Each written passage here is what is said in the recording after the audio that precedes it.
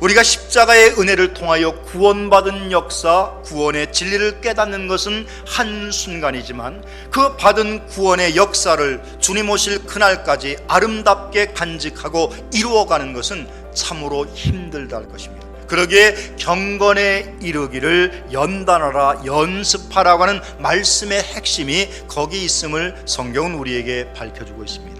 이 연단이라고 하는 말의 의미 속에는 우리가 중요하게 생각해야 되겠습니다.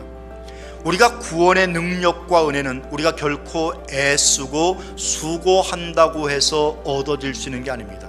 십자가의 보혈의 공로와 은혜는 오직 하나님의 권한이며 주님의 은혜로서만 얻어지는 것입니다. 그런데 우리가 경건에 이르기를 연단하라, 연습하라라고 하는 말의 의미는 받은 바 은혜, 하나님의 사랑과 은혜를 깨달았으면 그것을 지켜가는 삶을 살라, 그런 말입니다.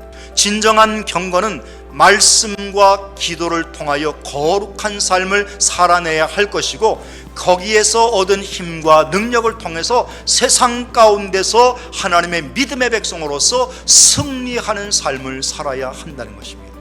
순종의 삶을 통해서, 겸손의 삶을 통해서, 착한 행실을 드러나게 하는 삶을 통해서 하나님의 거룩한 믿음의 백성으로서 이 땅에서 하나님의 자녀답게 살아가는 것, 그것이 경건에 이른 삶이라 할 것입니다.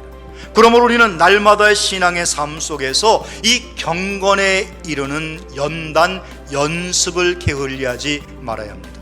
하나님께서 주신 사명으로 여기고 날마다 말씀을 사모하고 기도하는 자의 삶. 하나님의 말씀을 가까이 하는 이유가 무엇입니까? 지식적으로 하나님의 말씀을 많이 알기 위해서가 아닙니다.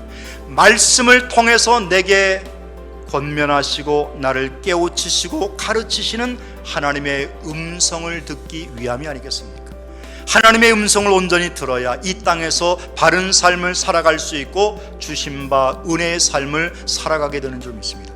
귀를 막고 우리의 마음을 닫힌 상태에서는 온전한 하나님의 믿음의 백성으로서 살아갈 수 없음을 기억해야 할 줄 믿습니다.